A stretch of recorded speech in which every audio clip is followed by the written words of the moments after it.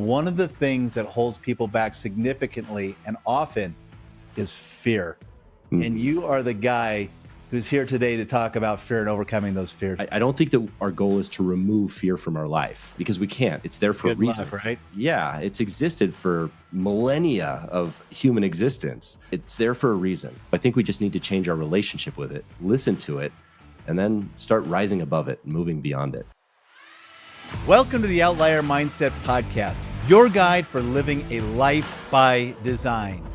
Here, we explore the journey of becoming an outlier, finding your purpose, mastering your mindset, optimizing your health, achieving financial freedom, and building a life centered around your passions. So tune in, transform, and thrive. Welcome to the Outlier Mindset. Let the journey begin. Hey, everybody, and welcome to the Outlier Mindset podcast. I am your host, Rodman Schley, and today we're going to be talking about how to face our fears with our guest, Adam Hill. Adam's a renowned international keynote speaker, a best-selling author and CEO who excels in addressing topics such as overcoming fear, addiction, adversity, and navigating the complexities of a multi-generational family business.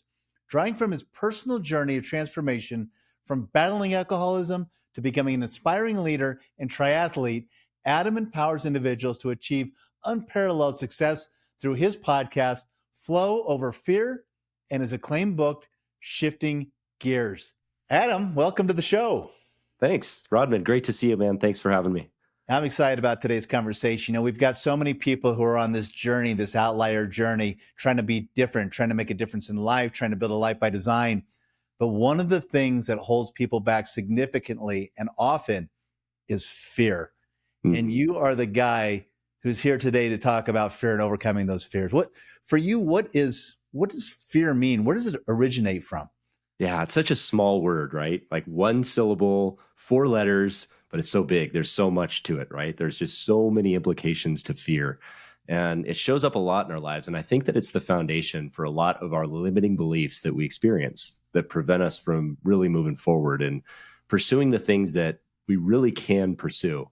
And I know that in my life, most of the decisions that I made in the first 3 decades of my life revolved around the idea of just wanting to avoid things that were scary, wanting to suppress them, push them down, avoid all of that kind of stuff. And, it led to that fear in my life becoming much bigger. And of course, that led to a lot of anxiety, and it's just started layering on top of each other until, one day that fear just became a part of me. I experienced panic attacks. I became an alcoholic, and all of these things just trying to avoid that fear. But and I think that's true for a lot of us in many ways, significant and maybe on a little smaller scale, that on a day-to-day basis, we just have those mini experiences with fear.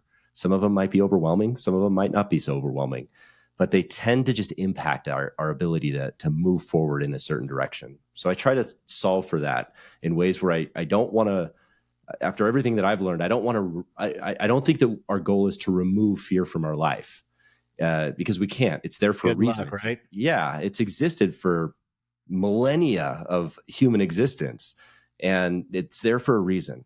And so I think we just need to change our relationship with it, listen to it, and then start rising above it and moving beyond it. What was it in your life when you got to that point where you said, you know what, enough of this fear. I want to really work on it. I want to identify it. I want to overcome it. What was the turning point for you? Yeah. So as I kind of mentioned, the growing up and living with that anxiety and living in that fear, it magnified it to the point where I started having really bad panic attacks in college. And I didn't know what those were, because back in the 90s, when I was in college, we didn't really talk about mental health and anxiety and all these fears and kind of things.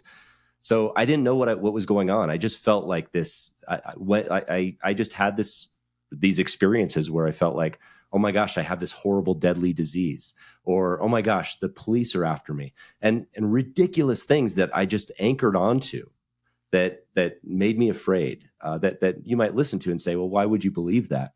But they were just so certain in my mind. And it was just a response to that underlying fear that had been wrapped around in me so long. And the one thing that worked for me at that time, because I didn't go to therapy, we didn't do that back then. I didn't, seek any kind of help, but there was one thing that worked for me, and that was alcohol. And I what began as something fun, as it does when you're in college, you drink and you enjoy time with friends. And it didn't feel like it was a problem. It just felt like, wow, I'm able to be social. I feel fearless. All of those ridiculous thoughts that I had in my mind are now gone. And I just feel normal. And all of that, insidiously became a dependence that led to alcoholism and led to really unhealthy habits and led me down a path of self-destruction that a decade later landed me in jail after a DUI accident.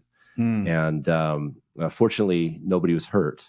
By grace, there was nobody injured in that accident, but it was an accident that I caused because I was in a blackout and I was lost complete control of my life.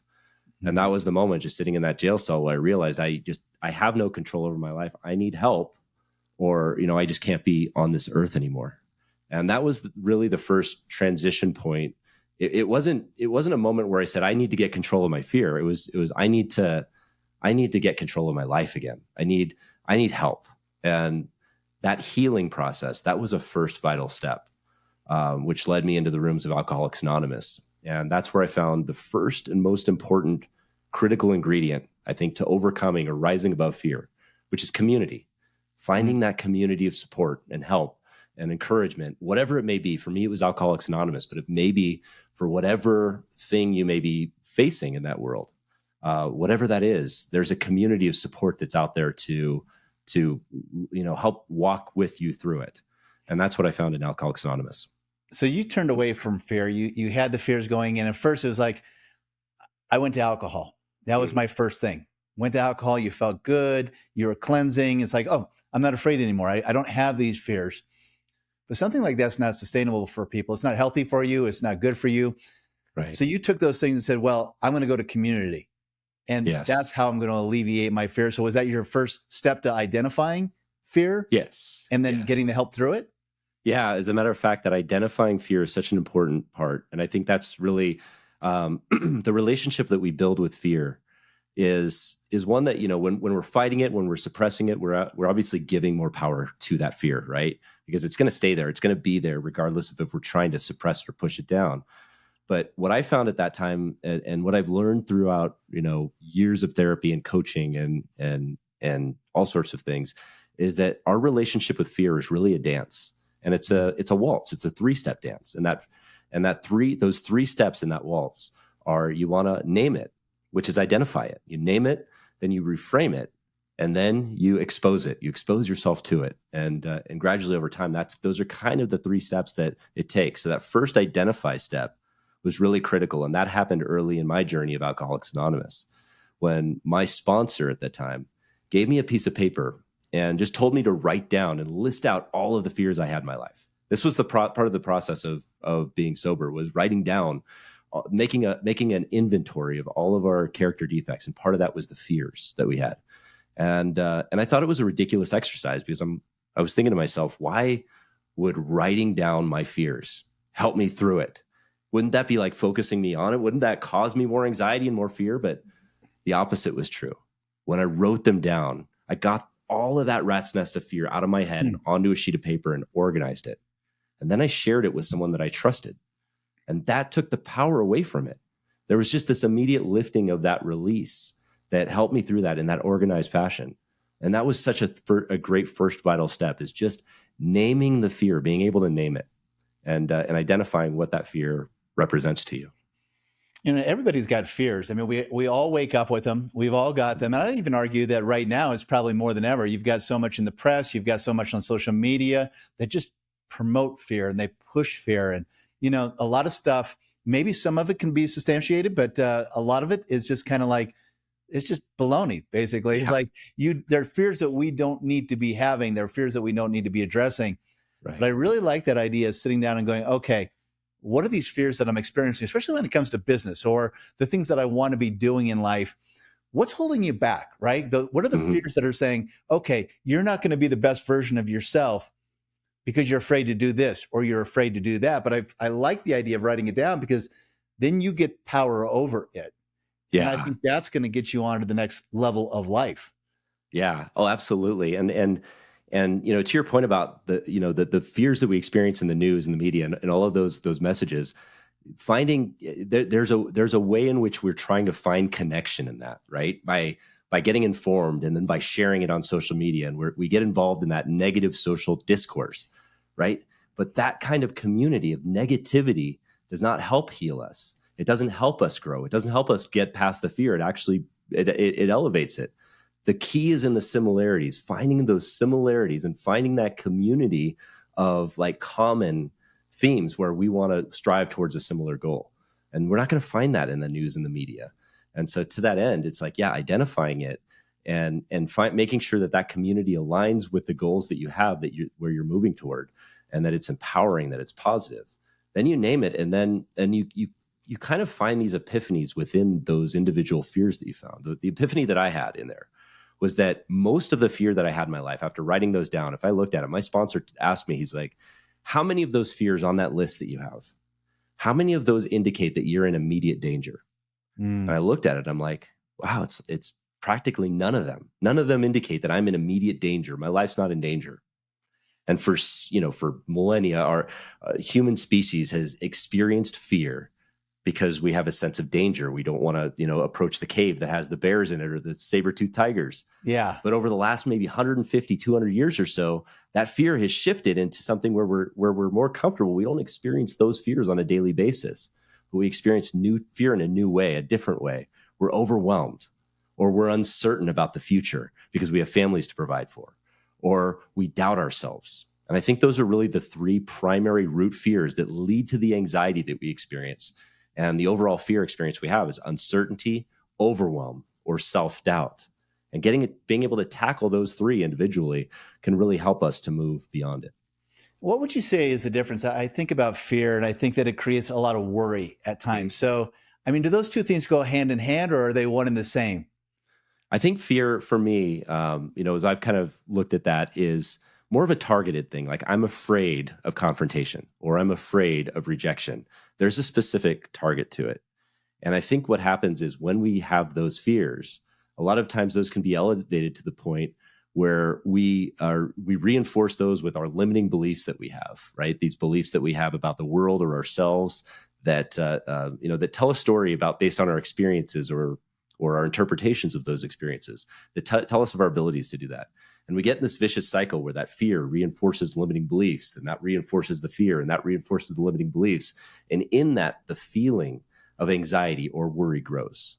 And so the anxiety part of it is really the feeling, the emotional, the physical, the physiological or the psychological response to the fear that we feel. And so that's kind of how we want to look at it, is if we can interpret it that way. We know that if we have these feelings of anxiety, we can't necessarily suppress them. We have to get to the root cause of what that fear is that's causing the anxiety, and then really address it starting from there. I love this. And I've never sat down and taken, like I said, everybody's got fears, right? We all do. If you say you don't, absolutely, you're wrong or you're lying, right? It's kind of one of those things where it's a process though that I've not gone through to actually write down. And I know what my fears are. I know where my superpowers do not lie, and some of the stuff that I'm afraid of that might hold me back and what I want to be doing, how I want to be doing it. But I've never taken the time just to write them down and really think about, what are you really afraid of here? What are you really worried about? What are you really thinking is going to happen in these instances because of this fear? And I would think that would be a fantastic practice to sit there and start at square one. But once you started that, so you got your community, you started writing down your fears. Talk a little bit about what that did to change your life, to change your trajectory. Yeah, well, what it did first was, over the course of that first year of sobriety, I focused intently on that. That was my goal, staying sober. I didn't believe that I could get sober for 5 days, let alone an entire year. And so once I got to a year of sobriety, I had this realization. I had this newly established point of reference that was reinforced by a new positive mindset that, of course, was reinforced by all of these teachings about the fear that I had. And that new mindset actually led me to thinking like, well, what else can I do now in my life? And what can I do to expand my world? I spent so long, my world getting smaller because I was avoiding things that I wanted to do and suppressing that fear and just not participating in life the way I wanted to. And that, of course, led to a lot of regret. And so what I did at that point was I did an assessment of all of the things that I wanted to pursue in my life. And I chose one that I really, really like kind of pulled at my heart at that time. With the year of sobriety, I chose to begin pursuing the Ironman triathlon. And that was something that I said no to. Many years earlier, I watched the Ironman World Championship on television. And if you've ever seen that Saturday afternoon episode of the Ironman World Championship, it airs on NBC every year. You know how inspiring it can be. You watch all these amazing athletes. They're swimming 2.4 miles in the open ocean of Hawaii. They're biking 112 miles through the lava fields. And then they get off the bike and they run a full marathon during the hottest part of the day. And I watched that and I was just so in awe. And I remember the first time I saw it, my instinct was I was so excited. I wanted to do that. I wanted to be one of those athletes. It just drew at me. It was like, and then the second that emotion of excitement popped up, the fear popped up to meet it. And it was like, it told me all of the limiting beliefs in my life. It told me everything it reinforced all of this negativity to try to protect me, but really it was preventing me from pursuing my best self. And it told me, you can't do that. You're not an Ironman. You would never be an Ironman. You've never ridden a road bike before. You're an alcoholic. You smoke a pack of cigarettes a day. Why don't you go back to drinking beer and feeling sorry for yourself? And of course, that day I listened to my brain and what it told me. But when I had that year of sobriety and that all of that empowerment in my mind, and I rethought about it, nothing about my physical nature had changed at that point. But the mindset had shifted and my relationship with fear shifted, so that I knew that since that thing scared me in that way, I should pursue it and expand my comfort zone and lean into something that was exciting. And so that was the next phase in my journey. I just started pursuing different things, and the first being the Ironman triathlon, in order to expand my comfort zone and live a more abundant life beyond that fear. It's amazing what our minds can do to talk us out of things.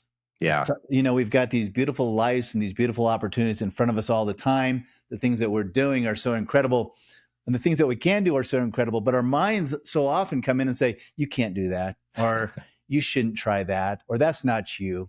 And when you start talking yourself out of so many different things, all you're doing is losing out on life. But you took a hold of it. I mean, you grabbed it and said, no.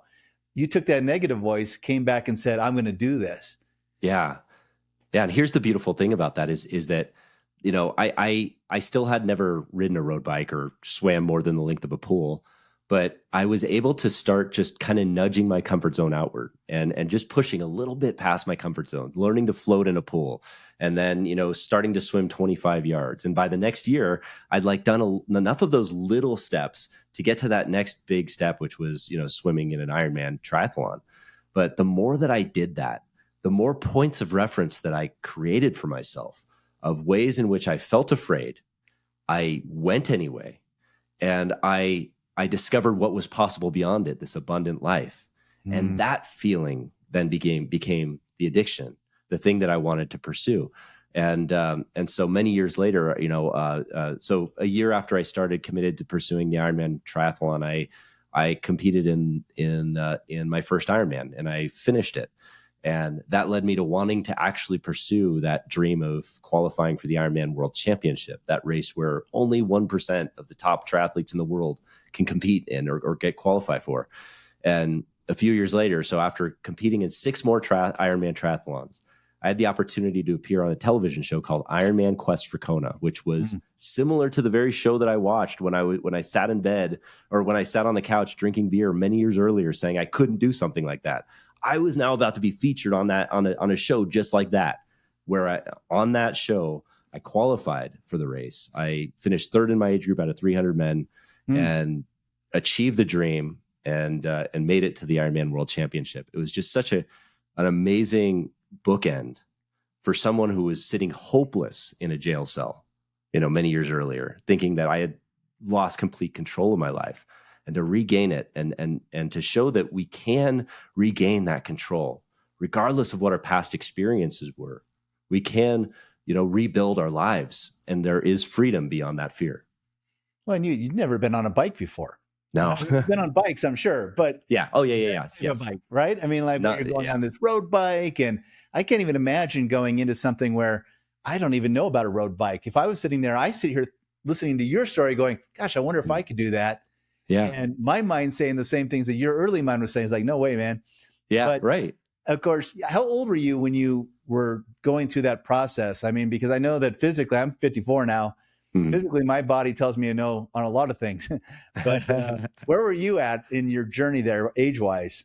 Yeah, I was 32 when I got sober. So that was, and then 33 was when I started pursuing the Ironman. And yeah, that was at that time I quit smoking. Obviously, I wasn't drinking anymore. I started eating more healthier, and yeah, my body. I guess my physical age went from being something like probably more like a 54-year-old man to more being like in my 20s, and it just felt wonderful. Hmm. So that was a big positive for me. Yeah, and I can imagine once you qualified, you went through the process. I mean, all this is you taking a process and overcoming your fears and making them work for you. Yes. And all of a sudden, I'm sure that you had such self discovery at that point, learning about what you actually could achieve and what you could do. Where that voice inside of your head before was saying, you can't Yeah, do this, you can't do this, absolutely. and the new voice was saying, yes, yes, of course I can. Yeah, and it's an upward spiral too. In the same way that like giving into the fear or feeling like a prisoner, that fear is a downward spiral, right? You get trapped in these moments of trying to suppress it, fight against it. And it's a downward spiral into darkness.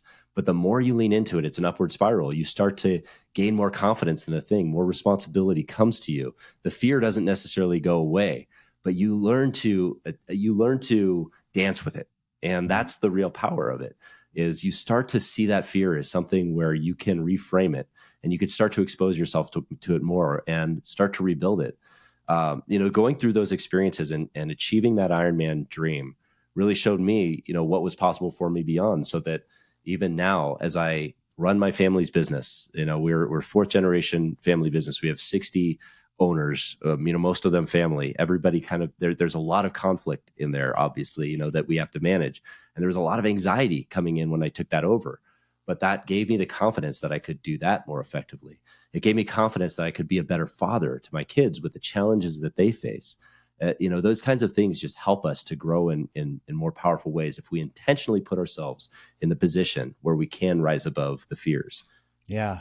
So what about Adam? I know you and I are both entrepreneurs, both been in business, and I love being in business, love doing different businesses and such. But what about that person who's sitting there with that fear of wanting to be an entrepreneur, but being fearful that they're going to fail, or they don't think that they're good enough, or they think that they might be an imposter, and they're Yeah. fearful because of the finance part of it. There's so many different fears on the Mm. minds of entrepreneurs, and so many people sit at that desk job they don't want to be working in, or sit in that company that they don't want to be in because they're afraid to move on or to move into something new. Where does Yeah. somebody like that start? Yeah, so I think that I would applaud them for actually acknowledging and identifying the fears that they have. If it's fear of failure or fear of success, I mean, really be intentional of knowing which one it is, because there's a lot of Mhm. fear in both, or Yeah. fear of rejection, or all of those things. Those are valid fears to have, and fears that I would reckon every entrepreneur that's been successful has had. And that's also where I would start. Is I would ask them, with regard to that, are those fears related to uncertainty, overwhelm, or self-doubt? And if they and where they are, I would also challenge them to think that when you're pursuing big things, or when you want to pursue big things, isn't it true that you are going to experience fear and uncertainty, Mm. overwhelm, and self-doubt? Is it not an obstacle? Is it just an inevitability? Mm. So if it's an inevitability and not an obstacle, now the question is, where do we find the solution to move beyond that fear? And when it comes to rejection, if you get into solutions mode rather than problems mode, you begin to ask yourself a little bit different questions. Like, okay, I'm afraid of rejection. Is that because I'm not good at sales, or I'm not good at this part of it? Should I hire that out? Should I start to partner with someone? Should I think about different things that way? What are the better, more quality questions that you can get? One of the best approaches to overcoming fear in the moment, that fear that leads to the anxiety in the moment, is just to take a breath and get present. Like, take a big breath, get present, and then get curious. Ask Mhm. the quality questions that drive that. What is the nature of this fear? What is it that I'm feeling? And what is it that I can do to solve for this fear? Not get rid of it, just solve for it, so that I can move forward. And reframe and exposure are really positive ways to help with that. So reframing is basically looking at that fear, and instead of seeing it as an obstacle, what's the opportunity within it? What's the opportunity within that fear of rejection?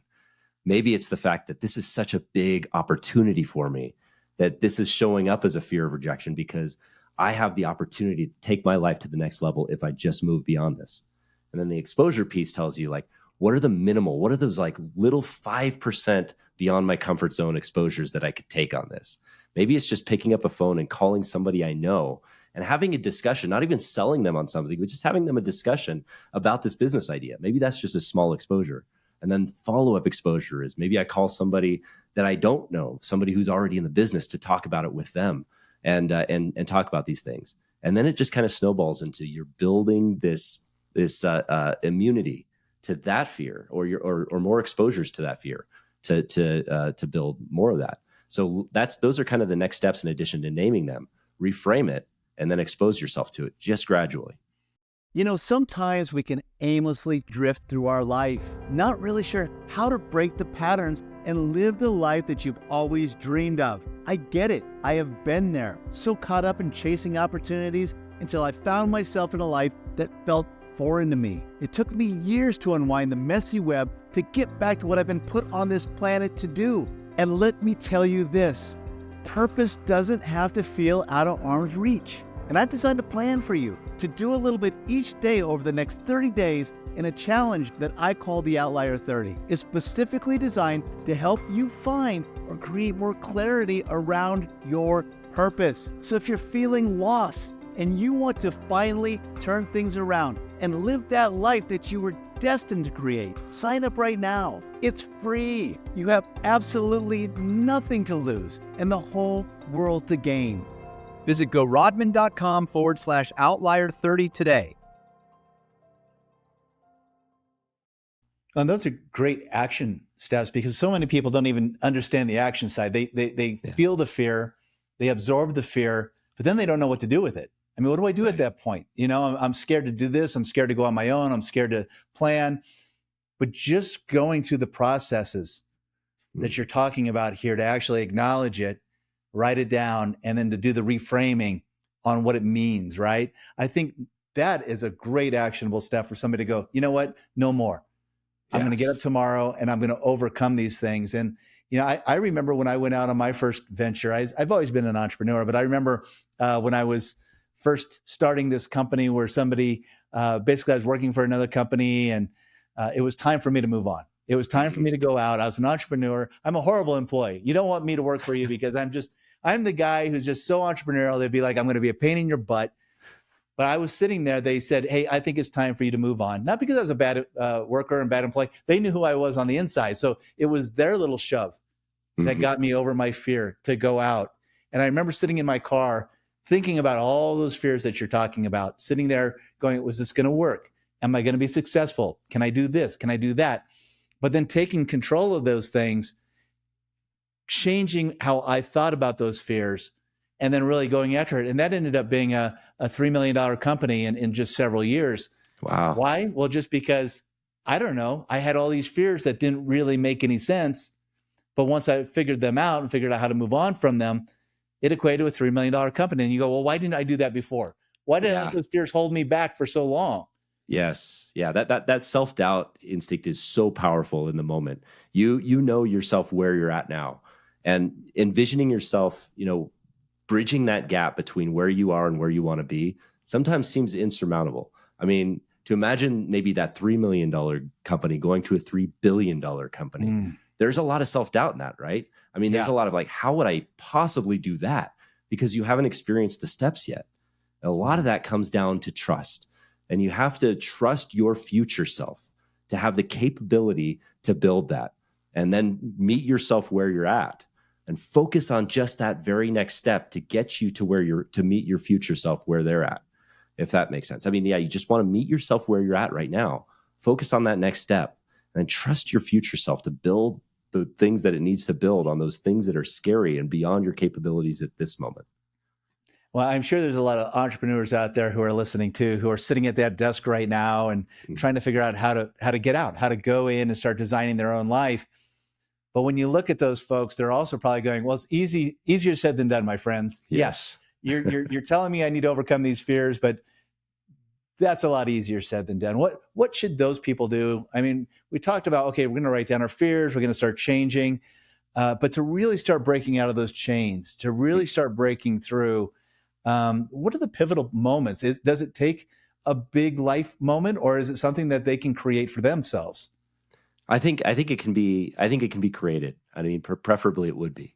And one of the, in my life, I've had the opportunity to work with people who had a more limiting mindset, and then also people who have had just like this abundant mindset. We've talked offline about the various masterminds and communities we're part of, and collectively we're in a couple of groups that in the same groups, and I think going back to my point about AA and community, finding that community of healing, the same is true when you're trying to grow. Find that community, and this is knowledge that's gone back, however many years with regard to mentorship and surrounding yourself with the people that you want to become, right? And so that's really the step I would recommend is, if you don't feel like you can get to that next step and you have so much fear around that, start surrounding yourself with the people who have. And finding those groups is easier now than ever. And that's also a scary step, because one of the scariest steps we have is getting started. That is one of the scariest steps we take. I can tell you, like, when I first started out doing Ironman, I had no business doing an Ironman triathlon. I was not a triathlete. I mentioned that I had never ridden a road bike before. Imagine me never riding a road bike before, going into a bike shop and trying to buy a bike. That was terrifying. Yeah. We have to take those first terrifying steps to get into the communities. Once we get into the communities that we need to be in, then we can start to grow and expand outward. Just get into those communities and get curious. That's the best advice I have for anybody starting out that's struggling with that fear. Yeah, your tribe's everything. I mean, the people that you surround yourself with, and like you said, we're in some common groups together, and groups that we love, that lift us up every day, that make us really rethink what we're doing, making sure that we're going down the right paths. But more than anything, it's kind of like getting in a group of people where you're just lifting each other up all the time, and getting those negative thoughts out of your head, going, okay, no, I can do this. There are people who believe in this. There are other people doing this, and getting into the community where you're constantly going to be leveling up in your life. I think that's a great approach for a first step, particularly for somebody who's sitting at that desk saying, gosh, I don't even know where to start. Yeah. Start with those people. Yes. Yeah. Yeah. Because you if you're not choosing the people that you want to be with, the people, those people are going to be chosen for you, right? They're going to become your colleagues. They're going to become your at your W-2 job or wherever they are. Those are going to become the colleagues, and those are going to become the people that influence you. So you have to intentionally put yourself in those positions where you are intentionally putting yourself around the people that you want to be like. And those communities involve elements of mentorship, which is people that can show you a way. And then the cohort, which is the people that are going down the path with you. And then the community part, which is just that they're everybody sharing that common goal. Yeah, no, I think that's great. And, like I said, tribe is everything. The people that you surround yourself is so important. And it's one of those things too. So many people, you see people who don't have the good community and who do not have the good tribe, or they have the people who are constantly spiraling downward instead of spiraling upward. And there's a huge, huge impact on your mindset and what you think and how you do when you're not involving yourself with the right people who are going to help you spiral upward. But you got to be quick. There's so many people that come in and out of your life, and you got to be quick when you get that negative person, or you get that piece of negative energy who's coming in and just sucking the energy right out of you, or taking out of the focus that you want to be focusing on in life. And you got to be just as quick to get those people out of your life as the great people that you're bringing into your life.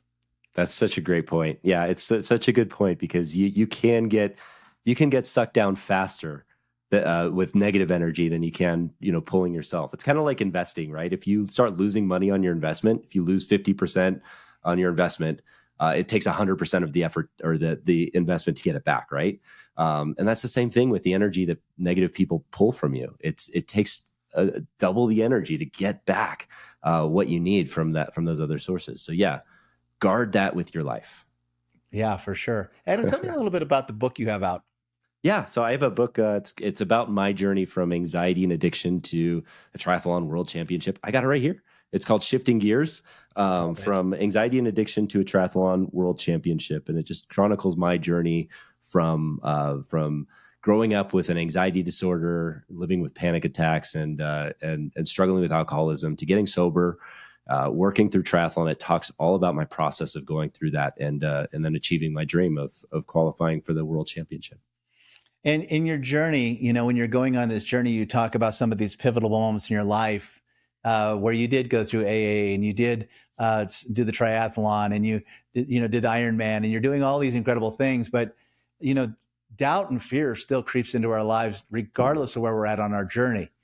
What do you do when these little things start popping up in your life, some of these past events or past things where you know that you don't want them there, but they kind of show their ugly face every once in a while? Yeah, I try to. So yeah, I am like everybody else subject to those fears a lot of times to a great degree.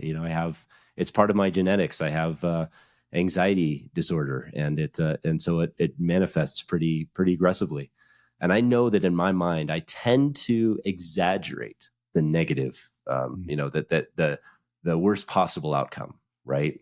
And so knowing that, I have to intentionally get curious about it. I just have to take that step and be really intentional about taking that breath and really questioning it, getting curious, because curiosity kills that catastrophizing aspect. And that's where it's just like, is it really that bad? Is that really true? Is that really true is a great question. I think Tim Ferriss asks it in his fear setting exercise. Is it really true? Is a great question. And just kind of leaning into those kinds of understanding. I still go through that practice every day, naming it and then trying to reframe it, finding the opportunity in it, and then just those little exposures. What's that next exposure I can take to expand my comfort zone just a little bit today in the face of that? So that's how I do it. Yeah. One of the tips that I got early on was when it came to anxiety or when I'm worried about something is this going to matter in 3 years?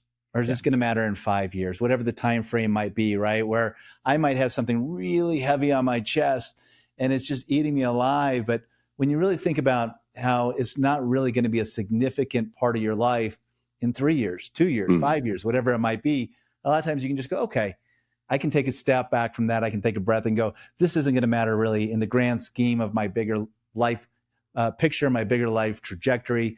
This isn't going to matter as much, because it's not going to be relevant 2 years, 3 years, 5 years. Yeah. That's such a great question to ask. I love that question. And I don't know how to ask it enough, frankly. I need to do better with that. Yeah. So what about, when we're talking about entrepreneurship, I know you came into a family business. A lot of mine have been ground up businesses. What were some of the difficulties that you faced there? I know that you're going to have a whole different layer of complexity when you bought, when you walk back into that family business versus, when you start something that's your own. Yeah. And that's a great question. And I think one of the biggest challenges that I faced that I've finally been able to articulate after many years in this role is that, many entrepreneurs that are starting out are rightfully trying to get in touch with their core values. I mean, it's such an important driving force behind what we do. But with legacy companies that have existed for a long time, core values are still equally important. And it's so important to follow and live by those core values. But one thing that they have to be careful of over the longer term period is that those just don't become sacred cows. A lot of times legacy companies that are many generations in, can develop these sacred cows that reinforce things that don't necessarily move us forward, but hold you back. They're anchors towards opportunities that you might pursue. Like things like, well, we've always been in this line of business. And so this has been one of our founding businesses. Why would we want to let go of it? Even though it's not profitable, it's part of our legacy. Well, that's might be holding you back. Or we can't fire family because that's the heart of this. We don't want to create conflict. And so you avoid that conflict and you create artificial harmony, and those become sacred cows. So that's something I caution any entrepreneur that's building a legacy business, hold those core values tightly, but also be willing to look at them on a quarterly, semi-annual basis and make sure that they're not turning into sacred cows, and make sure that you're not building those anchors in your business that are going to hold you back over the long term. Well, what do you think about, when you're talking about, we talk a lot about life by design, kind of figuring out what your purpose is, what you want to be doing, figuring out your identity, and then building the life by design around whatever you want to be doing as an entrepreneur. But with a legacy company, this is not coming from your heart and your brain, right? This is something that's been there for a long time. It's been a family business. How do you get yourself aligned with that? Or do some people say, well, this is not for me and step away from it? Or do you really have to truly be aligned in your heart with that family company to really make a good go at it? I think you do have to be aligned. And this is something that is so important for everybody to assess from the ownership generation to the succeeding generation. Is this really a right fit for a family business? I believe, we talk about the statistics of family business being, only 12% of it, 12% of businesses make it to the third generation, 4% make it beyond the fourth. And, a lot of people talk about those statistics in a negative way, like that. Those are bad statistics. We need to fix those statistics, make it better. I see it differently than that. I actually think those statistics are good, because what that's telling me is that it is a very rare occurrence for those values to transcend generational things. The more important thing is being true to yourself and knowing what you want to pursue, and the sustainability of the business can transcend the family aspect of it. And I think that's so for me. I've wrestled with that over the course of my own career. Is am I doing this for me, or am I doing this because I feel like this is what's expected of me, right? And that's something I've wrestled with, and it ultimately became something where I realized that I can have both. I can build my life by design by building a brand, by doing the things, by sharing my message about fear and how we can overcome it, and by helping and then also lean into that in the business by helping us become a legacy in the right way, not just the way that we think society expects us to be a legacy, because we think that generational legacy has to be a thing over the long term. We can build it in the way that we want to. So I think you can achieve both, as long as you let go of the idea that it has to be a certain way, or that there's sacred cows have to exist.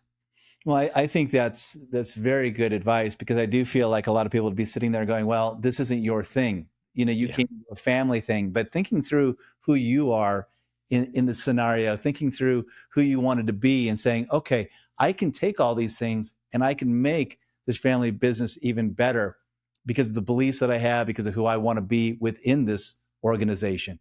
I think that's some great advice. I hadn't even thought about that. I thought for sure the answer would be, well, when you come into the family business, you're just going to be whatever the family business says you should be. Yeah. But I love that you've gone and integrated yourself into it with what was meaningful to you.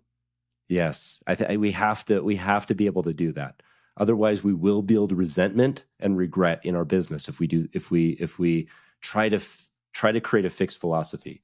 And what if the legacy of your family or whatever it is doesn't necessarily have to be aligned to a business? What if it's multiple businesses? What if that key business that you create becomes a financial institution that funds different businesses for different family members so they can start their own things? There's infinite amounts of directions you could take family legacy that just go beyond just having a family business that lasts for generations.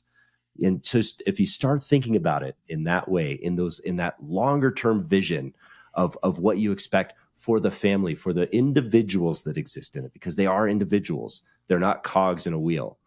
Then you start to actually build that legacy around what the family's truly going to represent and build a more powerful impact over the course of generations. Well, 100 years is amazing. I mean, that seems like forever ago, right? 100 years. But to think about all the number of family members that you have in the business too, it's tough doing business with family members. And here you are. How many did you say you have in there? So we have 60, it's around 60 owners. And I think, I don't know exactly how many working in the business, but it's fewer than that. But yeah, there's a few of us in the fourth generation that are in there. Well, you've got to have a good mindset to be able to go in and work with that many family members also, because you're going to always run into conflict. You're going to run into complications. You're going to run into difficult times. But for you, it sounds like you have the right idea when you're going in to lift everybody up. And do you run into any problems having, say, that family member who's not doing that, or who's trying to bring things down, or trying to poke holes in what everybody's trying to accomplish? Yeah, I think that's true. Yeah, and we do, yes, and I think that's true really for any business too. With anybody that kind of builds themselves into a role that's more entrenched, right? There's entrenched roles that we find hard to get to move away from. But I think the one thing that really helps with that, and the one thing that's helped us, is we've moved away from, in the time that I've been in the role of CEO, we've moved more towards building business systems that allow us to take the weight of the decisions off of us and put it more on the values and the vision and the goals of the company. And so those systems that you put in place are so valuable. And there's a variety of them out there. We happen to use EOS, the Entrepreneurial Operating System, which has been great for us. But there's all sorts of different business systems. I think just choosing one and sticking to it and being disciplined about it really helps with that. Yeah, no, that sounds like it makes a lot of sense. And again, I've had business partners in the past, and it's really important to get a really good business partner. You got to be very selective, because it's like you're married to that person for life, right? Yes. But to have 60 some odd, basically, business partners, oh, I can't even imagine. I mean, my chest hurts just thinking about that. But it sounds good. The thing that you're saying is, like, if you have really good systems in place and you get your mission and you get your core values set up, you can always lean into that. You can always come back to that and say, no, this is how we do things, or this is, again, not sacred cow wise. I mean, right. You do want to be able to think outside of the box and be different and do all those things, but you always want to have some structure to lean back on when you have so many cooks in that kitchen. Yeah. Oh, absolutely. Yeah. And it's been a godsend, because honestly, coming into the company in that role, it was really challenging. It felt just like a lot of weight on me, on the decisions that I would have to make, because I saw these decisions as I mean, they were decisions that we'd never made in the company before, because they became sacred cows, and I would have to find myself breaking those or sticking to something that wasn't true to my values, and that created great internal conflict. But when we actually just started to run it like a business, and then separated out the idea that, okay, well, there's a business here.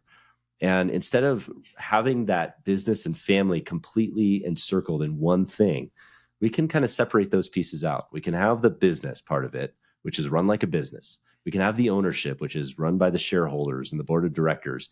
And then we can have a family element, which is, separate from it. That's the different element. We can operate in one of those individual circles at any time for whatever purposes we need.